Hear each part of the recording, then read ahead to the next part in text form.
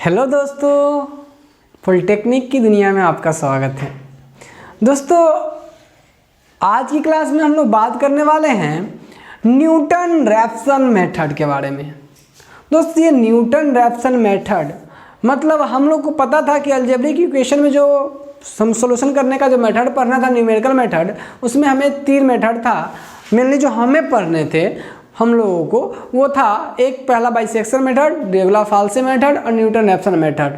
अपेक्षा करते हैं कि हम लोग ये सीढ़ी चढ़ते आए, दोनों सीढ़ी आप अच्छे से चढ़ पाए हो। मतलब बाइसेक्शन मेथड आपका अच्छे से क्लियर है, न्यूटन रैप्सन मेथड में हम लोग आ चुके हैं, रेगुलर फाल्से भी आपका क्लियर होनी चाहिए क्योंकि दोनों हम लोग पढ़ लिए, बाइसेक्शन और रेगुलर फाल्से। अब बात करते हैं आज की क्लास में न्यूटन रैप्सन मेथड। मतलब हम लोग आज की क्लास डेडिकेटेड होने वाला है न्यूटन रैप्सन मेथड पे। अब बात आएंगी हमारे दिमाग में कि ये मेथड क्यों आया जब हमारे पास 2 मेथड ऑलरेडी उसी काम को करने के लिए था। वही कन्वर्जिंग रेट जो आपको पिछले क्लास में समझा रखे हैं। क्लियर? अगर आपने अभी तक वो वीडियो नहीं देखे हैं, अगर आप डायरेक्ट यहाँ पे हैं तो आप पहले वो दोनों वीडियो देखिए, फिर आपको बहुत मजे में समझ में आएंगे आगे। दोस्त, बात करते हैं न्यूटन रैप्सन मेथड की। ठीक है, इस मेथड में हम लोग थोड़ा सा देखिए, एक आपको बात बता दें, एक नॉर्मली एक टेलर सीरीज आता है ना। और टेलर सीरीज उसमें क्या है, टेलर सीरीज में कि अगर किसी पॉइंट पे आपको किसी चीज़ फंक्शन की वैल्यू पता है तो उसमें थोड़ा बढ़ाएंगे ना तो उस पॉइंट पे कैसे फंक्शन की वैल्यू निकलेगा आपको निकालने का तरीका सिखाता है। जैसे मान लीजिए f(x0) में आप जानते हो कि इस पे क्या वैल्यू आएगी, तो आपको f(x0 + h) मतलब उस पॉइंट से हल्का ज़्यादा पर वैल्यू निकालने का जो तरीका बताता है एक टेलर सीरीज है। अभी आपको टेलर सीरीज की प्रूफ पे नहीं जाना है, अभी बस देख लेना है ताकि आप न्यूटन रैप्सन के फॉर्मूला का प्रूफ कर सकते हैं। अब प्रूफ यहाँ इसलिए पढ़ा देते हैं कि कभी कभी प्रूफ भी पूछ लेता है ना, प्रूफ है पूछ लेगा सवाल में, तो आपको सवाल रहेगा प्रूफ रहेगा, तो अगर प्रूफ करने जाएगा तो थोड़ा ज़्यादा नंबर मिलने का चांसेस ज़्यादा रहता है क्योंकि इसमें कई बार इटरेशन करके देख रहे हैं ज़्यादा काम बढ़ता रहता है। तो अगर प्रूफ आ जाए तो उससे बढ़िया और कुछ भी नहीं है। तो x0 + h रहता है तो उसको आप ऐसे लिख सकते हो f(x0) + ये टेलर सीरीज है। कौन सा सीरीज? टेलर सीरीज है ना दोस्त। अब इसकी प्रूफ पे भी हमें नहीं जाना है, अभी बस हमें ध्यान रख लेना है कि टेलर सीरीज क्या है, उसको याद रख लेना है और उसका यूज करके इसको प्रूफ कर देना है, बस। क्लियर? बाकी जिसको अलग से चाहिए वो स्पेशल हमसे कांटेक्ट करे, है ना, जिनको ज़्यादा मज़ा लेना है इसका। ठीक, बाकी नॉर्मली आपके एग्जाम्सन के लिए सफिशिएंट हम आपको बताएंगे ही अभी, और एग्जाम्सन क्या नॉलेज के लेके भी। देखिए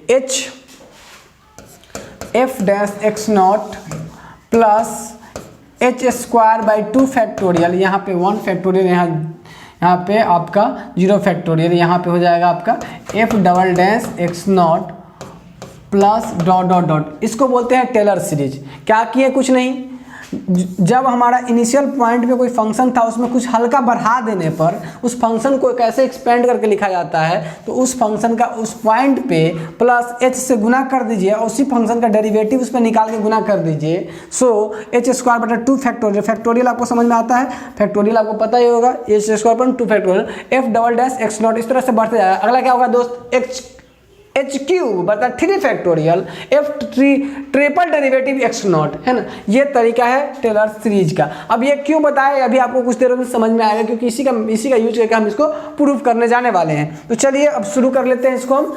तो अभी आपको टेलर सीरीज की थोड़ी बहुत आइडिया हो गई है और इसी का यूज करेंगे हम लोग इसके एक्सपेंशन में। देखिए, मान लेते हैं लेट, है ना, अब आपको पता है ऑलरेडी कि कोई ना कोई फंक्शन ही हमको दिया रहेगा, है कि नहीं, क्योंकि उसी का सॉल्यूशन हमें पता रहेगा। तो let f(x) is the function, f(x) is the function. ठीक है। अच्छा, जो बच्चों को ये सब भी बता रहे हैं उन्हें पता चले तो वो खाली फॉर्मूला याद रख सकता है, कोई दिक्कत नहीं, उस पर खाली सवाल बनाने का तरीका सीख सकता है ना। तो लेट, और जिनको अच्छे से समझना है, अच्छे से पढ़ना है, आगे चल के इससे बढ़िया एम्पायर खड़ा करना है पॉलिटेक हब से, है ना, तो आप अच्छे से पढ़ो, है कि नहीं।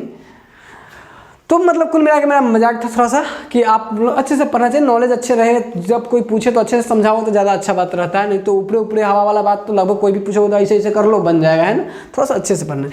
f(x) इज द फंक्शन, कोई फंक्शन होगा, है ना। हम मान लेते हैं इसमें एक इनिशियल रूट लिया जाता है, x0 is the initial root ठीक है, of f x equal to zero. F x equal to zero एक फंक्शन है जिसका आपका एक्स नॉट इनिशियल रूट है। तो हमको पहला अप्रोक्सीमेटेड रूट जो बनाना है वो कैसे होगा, तो हम लोग कहेंगे नाउ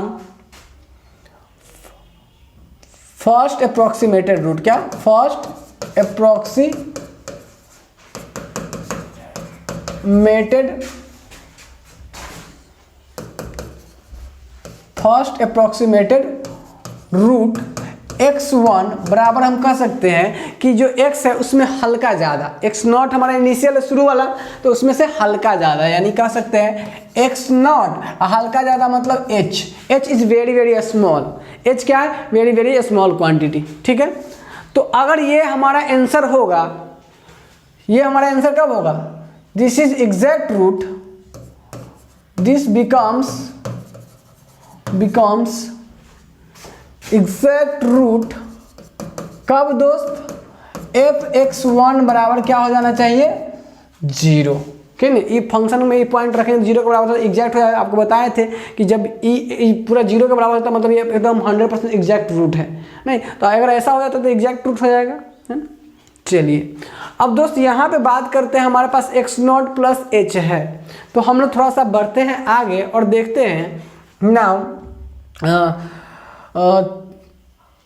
यहाँ पे आप नाउ नहीं लगाइए क्योंकि नाउ दो बार लगा लेंगे तो यहाँ पे काम करने में दिक्कत होगी, तो इसको लिख लेंगे let f x is the function, x not is the initial root of f x बराबर zero and first approximated root x1 बराबर x not plus h, this becomes exact root when इतना इक्वल टू जीरो अगर हो जाता है तब। ठीक, ये कुछ बेसिक बातें। अब बात करते हैं दोस्त नाउ फ्रॉम टेलर सीरीज, कहाँ से, TAYLOR Taylor series, from TAYLOR Taylor series. Taylor series से दोस्त हम लोग ये कह सकते हैं, अभी जस्ट आपको इसलिए पहले बता दें, F x x not plus H function में बढ़ाने पर इसको लिखा जा सकता है, क्या लिखा जा सकता है टेलर सीरीज से, एफ एक्स नॉट है ना प्लस एच इंटू का, H is very very small quantity, H F dash यानी पहला एक फर्स्ट डिफ्रेंसिएशन बटा 1 फैक्टोरियल, तो वो तो लिखे 1 का फैक्टोरियल 1 नहीं होता, कोई दिक्कत नहीं है। फिर आप पावर बढ़ाते जाइए एच का, एच स्क्वायर, आप double differentiation F x not सब में एक्स नॉट होगा, एक्स नॉट अपॉन 2 फैक्टोरियल है ना, और इसमें plus H cube F triple derivative h3 factorial plus dot dot dot इस तरीके से। ओके, ये टेलर सीरीज से ऐसे लिखा जा सकता है, इस वाली चीज को ऐसे लिखा जा सकता है टेलर सीरीज से। अब ये टेलर सीरीज का प्रूफ कैसे हुआ उसकी चिंता नहीं करना हमें, मतलब भी नहीं है अभी यहाँ पे। ठीक, अब दोस्त बात करते हैं हम लोग यहाँ कि हमारे पास चूंकि h बहुत क्वांटिटी है और जब किसी भी बहुत छोटा क्वांटिटी है उस पर पावर जैसे बढ़ाते हैं छोटे क्वांटिटी पे तो वो जीरो के करीब पहुंचते चला जाता है। जैसे अगर आपको पता है तो जान लीजिए, अच्छी बात है, नहीं तो जान लीजिए कि 1 से कम जब वैल्यू रहती है यानी 0 और 1 के बीच है ना, 0-1 के बीच 0.5 इसका पावर आप बढ़ाइएगा तो ये सब पावर बढ़ाने पर गुना करने पर ये वैल्यू कमते जाता है ना। और जब 1 से बड़ा वैल्यू के जब पावर आप बढ़ाते हैं तो वो पावर बढ़ाइएगा 1 से बड़ा वैल्यू पर तो बढ़ते जाता है। ठीक है, तो अब h चूंकि बहुत छोटा है तो ये छोटे क्वांटिटी 0.01 0.001 लाइक दैट कुछ भी, तो वो 1 और 0 के बीच में होगा और उसका पावर बढ़ाएंगे, और चूंकि बहुत छोटा है तो चूंकि उसका पावर बढ़ाएंगे जैसे ही वो 0 के करीब पहुंचते चला जाएगा, है कि नहीं। तो दोस्त इसके कारण हम h के हायर पावर को इग्नोर कर सकते हैं, क्योंकि इसीलिए बताते हैं यही, इसीलिए जो आंसर आएगा ना लगभग वाला आंसर आएगा, क्योंकि आप इसको लगभग देखिए ये पूरा जीरो तो नहीं होगा, लगभग में जिसको जीरो हम मान दे रहे हैं, क्योंकि हायर पावर बढ़ाएंगे तो लगभग जीरो होगा, लगभग जीरो से गुना करेंगे तो लगभग जीरो होगा, वो इसीलिए इसको इग्नोर करेंगे हम लोग, और तब इससे आएगा, इससे आंसर आएगा। तो ये एक तरह का अप्रोक्सीमेशन है ना, इसलिए अप्रोक्सीमेटेड रूट वाला कॉन्सेप्ट सब आ जाता है। क्या बात क्लियर। चलिए अब यहाँ करेंगे वैनिशिंग मतलब हटाना या डिमिनिश करना या हटाना या नेग्लेक्टिंग कह सकते हैं। सबसे बढ़िया नेग्लेक्टिंग हम लोग का देसी भाषा में आ जाएगा, हम लोग को आराम से समझ में आएगा। Neglecting higher power of h neglecting higher power value of h, है ना, higher power value of h, है ना, value of h since h is very very small quantity, नहीं since h is very small quantity, है ना, नहीं इसलिए हटा रहे हैं स्मॉल क्वांटिटी। दोस्त जब ये काम करेंगे तो आप देखो गौर से, ये वाला टर्म सॉरी ये नहीं, इसमें तो एक ही पावर है, ये कम से कम यहाँ से 0 लिखना शुरू कर सकते हैं हम, ये इस तरह से आगे सो। क्या ये बात क्लियर है दोस्त?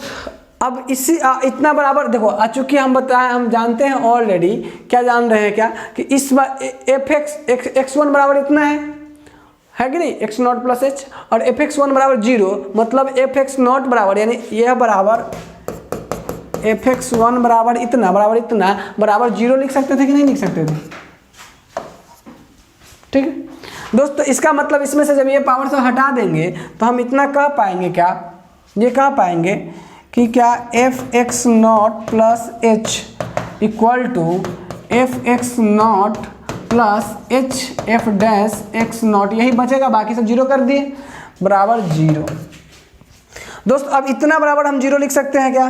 यहाँ से हम h निकालना चाह रहे हैं, यहाँ से हम क्या निकालना चाह रहे हैं, h, क्योंकि दोस्त हम क्यों h निकालना चाह रहे हैं उसके पीछे रीजन देखिए, हमारा इनिशियल रूट यही है, हमारा मतलब फर्स्ट अप्रोक्सीमेशन रूट यही है, हमको x1 का मान निकालना है, इसी के लिए फॉर्मूला, तो हमको पता है कि x0 तो इनिशियल रूट रहेगा जो हम लेंगे शुरुआत में, और h जो होगा हमारा यही, इसमें अगर h की वैल्यू पुट कर दिया जाता तो हमारा मान निकल जाता, तो हम चाह रहे हैं h का मान निकालना, ताकि इससे हम यहाँ फार्मूला बना सकें। तो h का मान यहाँ से देखिए, इसको 0 करेंगे तो इससे h का मान आ जाएगा, और यही चीज़ हम निकालना चाह रहे थे। तो दोस्त इतना बराबर 0, इतना बराबर क्या होगा 0, तो ये क्या हो जाएगा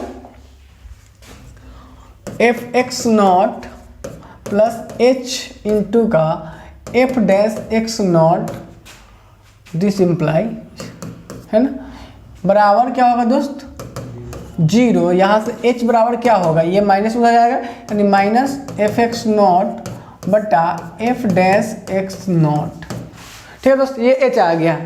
सो अब हम क्या कहेंगे, फर्स्ट अप्रोक्सीमेटेड रूट का फॉर्मूला क्या आएगा, फर्स्ट अप्रोक्सीमेटेड या इटरेशन भी कह सकते हैं, approximated root x1 is equal to x0 plus h बराबर क्या आएगा x0, h के बदले क्या डालेंगे बाबू, माइनस fx0 बटा f डैश x0, ये आ जाएगा।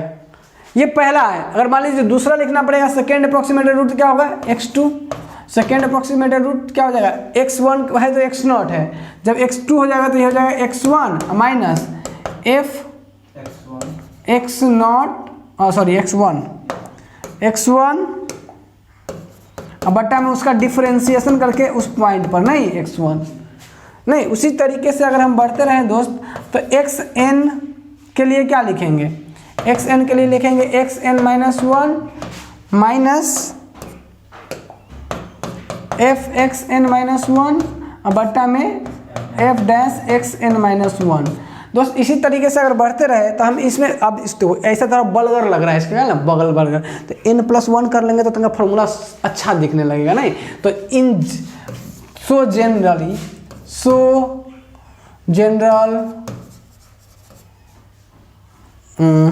एक मिनट, सो क्या हो जाएगा बाबू, तो नाउ xn प्लस 1 बराबर क्या लिखेंगे बताओ, xn एक कम माइनस f xn अब बट्टा में, खाली इसके बट्टा में ध्यान रखिएगा, ये अलग है, ये इसके बट्टा में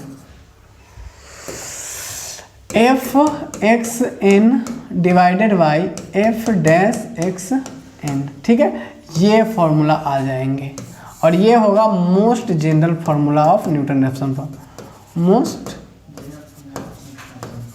general formula for Newton Raphson method. दोस्त पूरा थका दिया है ना। ओके क्लियर है क्या, समझ में आया क्या? तो दोस्त ये फॉर्मूला याद रख लेंगे। अब इसी फॉर्मूला से हमारा सारा काम होने वाला है। और ये डेरिवेशन भी आ गया आपके न्यूटन रेफसन वाले फॉर्मूला का। और ये फॉर्मूला भी याद रखना चाहिए, ऑब्जेक्टिव में डायरेक्ट पूछते हैं। क्या बात क्लियर है? तो दोस्त कुछ भी नहीं करना है, इसमें डिफ्रेंसिएशन वाला मामला आ जाएगा। ax(n+1) xn - f(xn) बट्टा f'(xn). कभी कभी उलट पुलट करके इन्हें उन्हें गुना भाग करके आपको दे देगा, वही चीज़ करने के लेके। तो ध्यान रखिएगा कि ये फॉर्मूला आपसे न्यूटन रेफसन मेथड में पूछे जाते हैं। और ये है derivation of Newton Raphson method. तो आपको अपेक्षा करते हैं कि अच्छे से समझ में आ गया होगा। अगर आप अब आपका कहना होगा सर इस पर एक प्रॉब्लम करवा देते तो अच्छे से क्लियर हो जाता। तो दोस्तों आइए एक सवाल देखते हैं। देख बहुत मेहनत करवा रहा है तुम लोग, है ना, समझ रहे हो, दिन रात एक करवा दिया है, मतलब दिख रहा होगा तुम लोग को। आज जूनियर सब आ गया है एडमिशन लेने, अब जूनियर लोग का वीडियो भी बनना शुरू हो गया है। दोस्त आप सब सीनियर की एक जिम्मेवारी है कि सबको फ्री ऑफ कॉस्ट भी कर दिया गया है। तो ध्यान रखिएगा उसका जूनियर वाले सेशन का। तो आपको करना क्या है कि सब जूनियर तक पूरा वीडियो शेयर करना है, एकदम थोड़ी सी जिम्मेवारी का, नहीं करेगा सबको पाप लगेगा, है ना। सब ध्यान रखना कि सबको क्या करना, जूनियर तक पहुंचा देना सारे वीडियो को। थोड़ा सा आप लोग का भी कुछ जिम्मेवारी है, थोड़ा सा देखो यार, है ना। चलो ठीक है, बाकी हमें पता है आप लोग अपनी जिम्मेवारी से काम कर लीजिएगा। और थोड़ा सा अगर टाइम मिल जाता है 1-2 मिनट, तो हम जानते हैं कि शेयर करने का मन नहीं है करते रहता है, 1-2 मिनट टाइम मिल जाए तो कर लीजिएगा, है कि नहीं, ताकि आपका भी काम हो रहा है। अब हम सबको भी इसी दुनिया में जीना है कि नहीं। तो सब अब हम आपके लिए मेहनत ही ऐसा ही क्यों करते रहेंगे, ये बात भी एक क्वेश्चन जेन्युइन बनता है कि नहीं। बिना खाए पिए भूखे प्यासे इतनी मेहनत, पता है, समझ रहे हो, देख ही रहे होगे वीडियो में, आपको पता चल रहा होगा। तो थोड़ी सी आप भी एक आदमी होने के नाते, आदमी आता है ना थोड़ी बहुत, तो कर लो, नहीं तो बड़ी पाप लगेगा, है ना, ध्यान रखना। चलो ठीक है दोस्त, बढ़ते हैं आगे। तो अब बात करते हैं दोस्त, using Newton Raphson method find the root of the equation x³ - x-1 = 0 up to 3 iteration by taking initial root = 1। ठीक है, अब आपको न्यूटन रेफसन से बनाना है, समझ में आया, हमको न्यूटन रेफसन का फॉर्मूला पता है और इनिशियल रूट दिया हुआ है। देखिए दोस्त, इसमें क्वेश्चन में क्या होगा, हर समय क्वेश्चन तो इसी तरीके से मिलेगा, 3 इटरेशन मिल जाए, 5 इटरेशन मिल जाए, या फिर ना बोले, आपको दो ही बात बोलेगा, इतना तक कीजिए। आपको बता दें 3 तरह से पूछ सकता है, समझाए हुए थे। कहेगा कि 3 इटरेशन तक या 4 इटरेशन तक, या कहेगा कि अप टू करेक्ट 3 डेसिमल पहले से, या कुछ बोलेगा ही नहीं। तो ये तीनों बात होगा। तीनों केस में आपको बता दिए कि कैसे आंसर को देखा जाता है, कैसे आंसर बनाया जाता है, सब में वही तरीका रहेगा। ठीक, बाकी बात बच गया क्या कि इनिशियल रूट 1। अब देखिए क्वेश्चन तो हमें दिया रहेगा, फंक्शन दिया रहेगा तब ना, मान लीजिए हमको देवे नहीं करेगा तो हम कैसे निकालेंगे, तो फंक्शन तो दिया रहेगा, बात ठीक है। इनिशियल रूट कभी दिया रहेगा, कभी नहीं दिया रहेगा। तो दोस्त एक्चुअल में क्या है, जैसे हम करते थे वैसा ही करेंगे। जैसे नहीं दिया रहेगा ना, तो हम लोग पहले एगो पे पॉजिटिव है वो निगेटिव 2 पॉइंट निकल के आएगा। मान लीजिए हम आपको सिखाते हैं, मान लीजिए कि आपके पास आपको नहीं पता था ये वाला इनिशियल रूट वाला, है ना, इनिशियल रूट 1 है, ये आपको नहीं पता था। ठीक है, ये नहीं पता था, लेकिन आप तब क्या कीजिएगा कि पॉजिटिव निगेटिव निकाल के देखिएगा किस पॉइंट पे पॉजिटिव आ रहा है, किस पे निगेटिव आ रहा है, ये नहीं काम कीजिएगा। फंक्शन का वैल्यू किस पे पॉजिटिव किस पे निगेटिव, मान लीजिए 2 पे पॉजिटिव आया और 3 पे निगेटिव आया, तो हम समझ गए कि हमारा 2 और 3 के बीच आंसर है। बात हम समझ गए, बस समझ आया, 2 और 3 के बीच हमारा आंसर है। अब बात आती है कि सर इसमें से इनिशियल किसको माना जाए, है ना। तो आप स्वतंत्र हो इनिशियल इसको मानने के लिए भी और इनिशियल इसको मानने के लिए। ठीक, अब आपको इतना तो पता जरूर है कि 2 और 3 के बीच ही आपका आंसर है, समझ में आ रहा है, इतना तो पता है हम लोगों को। तो इसके आप देखो, अब इसके बीच में कहीं आंसर है, तो आप यहाँ इनिशियल रूट मानिएगा इसके, तो आप आंसर की तरफ ऐसे बढ़िएगा। कोई बच्चा 3 को मान लेगा तो वो ऐसे बढ़ेगा, नहीं तो हम आपको कहेंगे कि आप स्वतंत्र हो 2 को भी इनिशियल रूट मारने के लिए, 3 को इनिशियल रूट मारने के लिए। दे दिया है तो झंझटे नहीं है, दे दिया है तो झंझटे नहीं है, नहीं दिया है उसके लिए, क्योंकि ज़्यादातर क्या होता है कि अगर हम आपको इस पर बता देते दिया हुआ पर और कभी नहीं दिया है, तब आपके पास कोई फंडे नहीं रहता कि क्या करें नहीं करें। तो इसीलिए हम आपको वो भी कॉन्सेप्ट बता दे रहे हैं, ताकि ऐसे सवाल जिसमें इनिशियल रूट आपको मेंशन ना रहे, उसमें क्या करना है, आप पहले जैसे पॉइंट पता करते थे, एक पे पॉजिटिव एक पे नेगेटिव, वो पॉइंट पता करेंगे और उसमें से किसी को भी हम इनिशियल रूट मान लेंगे। लेकिन ज़्यादा अच्छा कौन रहेगा? अब देखिए इधर आगे की ओर जाना पड़ रहा है, इधर पीछे की ओर आना पड़ रहा है। तो पीछे की ओर आना, रिवर्स में आना थोड़ा डिफिकल्ट होता है, आगे जाना क्या अच्छा रहता है कि नहीं? तो क्या होगा दोस्त, आगे जाना अच्छा रहता है। इट मीन्स क्या है, हमको ये ज़्यादातर ये पॉजिटिव वाला रूट लेना चाहिए और कम वाला लेना चाहिए, ताकि कम से वो आगे जुड़ जुड़ के बने। ज़्यादा वाला लीजिएगा तो पीछे घट घट के बनेगा, है कि नहीं? तो लेकिन दोनों से आंसर आ जाएंगे, कोई दिक्कत नहीं है। लेकिन ज़्यादातर हम देखेंगे इनिशियल लेंगे जो शुरू वाला रहेगा, और उससे हम देखेंगे आगे की ओर बढ़ने वाला वो लेंगे। क्लियर? तो कोई दिक्कत नहीं, दोनों में से किसी को लेकर कीजिएगा, आंसर आएंगे, कोई दिक्कत नहीं। ठीक, समझ में आ गया होगा ये बात। तो चलिए अब करते हैं इस सवाल की शुरुआत, है ना? आ जाइए देखते हैं दोस्त। इसमें क्या है कि आपको 3 इटरेशन निकालना है बाय टेकिंग इनिशियल रूट 1। ठीक है, सॉल्यूशन में शुरू करेंगे। क्या कहेंगे बाबू कि लेट एफ एक्स बराबर x cube minus x minus 1 equal to 0। इसको रहने दो, कोई दिक्कत नहीं। ठीक, क्लियर? अब दोस्त यहाँ पे initial root is given that है ना, गिवन डेट बाबू क्या दिया गया है, एक्स नॉट यानी initial root is equal to 1। मान लीजिए नहीं दिया रहता तो हम वही चेक करते क्या करना नहीं करना व्हाटएवर। अब तो उस सब चीज़ का झंझटे खत्म है। उस समय फिर आपको थोड़ा सा काम बढ़ जाता है ना, 0 पुट करके देखते, प्लस आ रहा है कि माइनस 1 पुट करके देखते, ऐसे काम करते नहीं। इसमें काम हमारा कम कर दिया हुआ है। आपको दोनों केस समझा रखा है, ऐसा क्वेश्चन हम बहुत करते आए हैं, तो स्टार्टिंग वाला काम सब में तो हो भी करेगा। ठीक है, अब चलिए अब बात आएगी कि सर हमको फर्स्ट अप्रोक्सीमेशन क्या होगा। तो देखेंगे, कहेंगे देखिए ध्यान से, आपको फर्स्ट अप्रोक्सीमेशन निकालने का फॉर्मूला यानी x n plus 1 Newton Raphson का फॉर्मूला आपको क्या पता है, x n minus f x n बटा एफ डैश एक्स एन। जिस पॉइंट पे है वो पॉइंट, उस पॉइंट पे उस फंक्शन का वैल्यू, उस पॉइंट पे फंक्शन का डिफरेंशिएशन का वैल्यू नहीं। तो आपको चाहिए होगा एफ डैश एक्स निकालना। तो पहले आप एफ डैश एक्स निकाल लीजिए, है ना। वो एफ डैश क्या होगा, इसका डिफरेंशिएशन। ये सिंबल किसका, डिफरेंशिएशन का। एक बार डिफरेंशिएशन, आपको पता है कि 2 सिंबल हम यूज़ करते हैं, एफ डैश एक्स या d y by d x, ये सब डिफरेंशिएशन का सिंबल है। डबल डिफरेंशिएशन डबल डैश, है ना, तो ये आपको पता है। चलिए अब बात करते हैं दोस्त, हम लोग यहाँ से इसका डिफरेंशिएशन हो जाएगा 3x² पावर, पीछे पावर से घटाएंगे, x का 1 1 का 0। ठीक, अब यहाँ से क्या करेंगे दोस्त, हम लोग निकाल लेंगे क्या, F dash F x not पहले निकालते हैं, एक्स नॉट है ना, फंक्शन में एफ एक्स नॉट निकाल लेते हैं। ठीक है, एफ एक्स नॉट क्या होगा, एफ एक्स नॉट का मान कितना है 1, यानी एक्स के बदले 1 डालना है, तो यहाँ हो जाएगा 1 का क्यूब माइनस 1 यानी हो जाएगा आपका -1।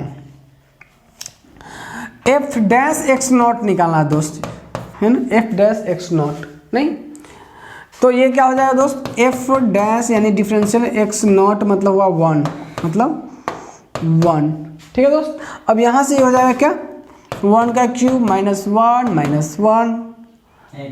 और 1 मिनट, ये आपका एक्स नॉट यहाँ से इसमें ना रखेंगे हो, उसमें थोड़ी ना रखेंगे। मैं भी ना पगली हूँ, है ना। ओफो, ठीक है दोस्त, ये हो गया आपका एफ एक्स 1 बराबर, यहाँ हो जाएगा 3 × 1 के स्क्वायर -1 नहीं। ठीक है दोस्त, अब बात करते हैं यहाँ से दोस्त, ये आ जाएगा 2, है कि नहीं। अब देखिए यहाँ से ध्यान से, जब यहाँ तक हमें ये मिल जाएगा सभी वैल्यू, एफ एक्स नॉट मिल गया, एफ डैश एक्स नॉट मिल गया, तो फर्स्ट अप्रॉक्सीमेटेड रूट नहीं निकल जाएगा हम लोग इस वाले फॉर्मूला से। क्या जानते हैं हम लोग, फर्स्ट अप्रॉक्सीमेटेड रूट बराबर फर्स्ट इटरेशन लिख लेते हैं, फर्स्ट इटरेशन x1 बराबर क्या होगा दोस्त, x not minus f x not बट्टा एफ डैश एक्स नॉट। दोस्त इसमें वैल्यू पुट करेंगे, एक्स नॉट का मान कितना है 1, अच्छा एफ एक्स नॉट का मान कितना है देखिए -1, अब बट्टा में क्या है दोस्त, एफ डैश एक्स नॉट का मान कितना है 2। जब इसको कैलकुलेट करेंगे दोस्त, यहाँ से एलसीएम लेंगे, प्लस में हो जाएगा, ये हो जाएगा 3/2 नहीं, 3/2 ये आएगा 1.5 दोस्त कैलकुलेट, यानी फर्स्ट अप्रॉक्सीमेटेड रूट x1 का मान आया 3.1। अब x2 निकालना है, कुछ नहीं करना है दोस्त, पहले आप x1 मिल गया ना, तो x2 निकालने के लिए क्या फॉर्मूला बनता है, x2 निकालने के लिए फॉर्मूला बनता x1 माइनस fx1 बटा में f डैश x1। नहीं तो आपको x1 तो पता चल गया है, fx1 निकाल लीजिए, फंक्शन में x1 का मान रख निकाल लीजिए, f डैश x1 निकाल लीजिए, फिर फॉर्मूला पर रख लीजिए। सेकेंड सबसे आसान लगता है यही हो गया, नहीं देखिए तो ये हो जाएगा दोस्त क्या, ए नाउ fx1 का मतलब हुआ fx1 का मान 1.5 और ये आपका फंक्शन में डालेंगे तो 1.5 का क्यूब माइनस 1.5 माइनस 1 दोस्त कितना आ रहा है ये 0.875 दोस्त ये आ जाएगा। ठीक है, इसके आगे अगर बात करें दोस्त हम लोग तो क्या कहते हैं कि f डैश x1 निकालेंगे तो ये क्या हो जाएगा 3 इंटू का 1.5 यानी x1 का मान क्या 1.5 के स्क्वायर माइनस 1, ये कितना आ रहा है वो 5.75। अब second iteration x2 is equal to, आपको पता है क्या होगा x1, पता है क्या x1 माइनस fx1 बटा f डैश x1। नहीं तो यहाँ से देखिए x1 का मान कितना है 1.5 माइनस fx1 कितना है 0.875, ये हम लोग अभी निकाल रखे हैं, हम लोग अभी जस्ट निकाले हैं 0.875 यहाँ पे, और ये बट्टा में क्या हो जाएगा 5.75 यानी f डैश x1 का मान। इसको कैलकुलेट करने पर कितना आ रहा है बाबू 1.347। This comes out. ओके दोस्त second iteration x2 is equal to आ जाएगा 1.347। क्या क्लियर है कॉन्सेप्ट दोस्त? इससे आगे बात करेंगे अब थर्ड इटरेशन के लिए। तो थर्ड के लिए वही पता है full formula same, x3 equal to x2 minus fx2 upon f dash x2, है कि नहीं? तो समझ में आ रहा है, यहाँ तो कोई दिक्कत हमें नहीं होने वाली है, समझ में आ रहा है हमें बहुत अच्छे से। अब दोस्त अगर हम थर्ड इटरेशन की बात करें तो थर्ड इटरेशन के लिए हमको fx2 पहले निकालना पड़ेगा। नहीं fx2 बहुत परेशान कर दिया है कि नहीं। fx2 क्या हो जाएगा दोस्त? क्या करोगे भाई, इंजीनियरिंग है कि नहीं? इंजीनियरिंग का तमगा जो होता है ना, मार्क ऐसा ही नहीं मिलता है, मेहनत करना पड़ता है। इंजीनियर सबको इसीलिए पगला का तर्ज दिया जाता है कि ऐसे ही सही काम सब करते रहता है ना। बात करते दोस्त fx2 है ना, fx2 में क्या हो जाएगा फॉर्मूला में रखिए, वैल्यू पुट करके x³ है माइनस x है इतना है, तो ये हो जाएगा देखिए x2 1.347 का क्यूब 1.347 माइनस 1 कितना आ रहा है बाबू 0.097। ठीक है, हम सोच रहे थे कि आप लोग को ना ये चीज़ें पढ़ाया जाए ना, ये बुक के पीडीएफ से ही हम इसको ये कर दें, पर पता है जब बुक के पीडीएफ से करते हैं तो थोड़ा सा कम समझ में आता है ना रिलेटिवली। अगर ऐसे आपको बना के बताया जाता है तो आपको पता चलता है कि कहाँ क्या स्टेप है, हाथ कहाँ से कहाँ गया, क्या लिखा और क्या कैलकुलेट किया, और सीधे डायरेक्ट बता देते हैं ना तो थोड़ा सा ये रहता है। तो इसलिए हम सोचे मेहनत पड़े तो पड़े, लेकिन जम के ये आपको समझ में आ जाए एकदम अच्छे तरीके से, आपको आसानी रहे पूरी तरह से तरीके से। चलिए अब ये बात कर ले यहाँ तक दोस्त। अब आप f डैश x2 निकाल लीजिए और वो क्या हो जाएगा 3 इंटू का x² का मान x2 का स्क्वायर मानिए 1.347 का होल स्क्वायर और माइनस 1 कितना आ रहा है बाबू ये 4.443 दोस्त ये आया। आप लोग कैलकुलेशन भी देख सकते हो, नॉर्मल कैलकुलेशन है, बस फॉर्मूला लगाना है, कैलकुलेशन करना है। ठीक है दोस्त, तो बताइए अब x3 बराबर क्या हो जाए, now third iteration, now third iteration बराबर दोस्त क्या हो जाएगा x3 इक्वल टू फॉर्मूला यही होगा, x3 बराबर के अंदर x2 का मान कितना है 1.347 माइनस fx2 का मान क्या होगा 0.097। ठीक है दोस्त, अब इसके बाद इसका क्या मान होगा दोस्त f डैश x का मान क्या 4.443, तो ये हो जाएगा दोस्त 4.443 3। अब बट्टा में यहाँ 1 होगा, एलसीएम लेकर आप इसको कैलकुलेट किया, कितना है बाबू x3 1.325। दोस्तों ये आया x3, यानी आपको फर्स्ट इटरेशन, सेकेंड इटरेशन और थर्ड इटरेशन आपको अच्छे तरीके से मिल चुके हैं। मान आपको बता भी रखे कि अगर इसमें ये अप टू 3 इटरेशन नहीं देता तो कब तक करते रहते हैं, देखते दो आंसर, जैसे आपका x1 x2 x3 आया ना, ये 1.5 आया है, एगो ये 1.34 आया, देखिए एगो दशमलव के एक बार अंक बाद मिलने लगा है, और करते मिल जाता है, लेकिन हमको 3 बार कहा है तो हमको टेंशन है नहीं, 3 बार हम लोग कर दिए, ठीक है। तो इसके बाद आप उसके आंसर को टेबुलेट कर दीजिए। सो या हेंस लिखेंगे यहाँ, या सो या हेंस, हेंस फर्स्ट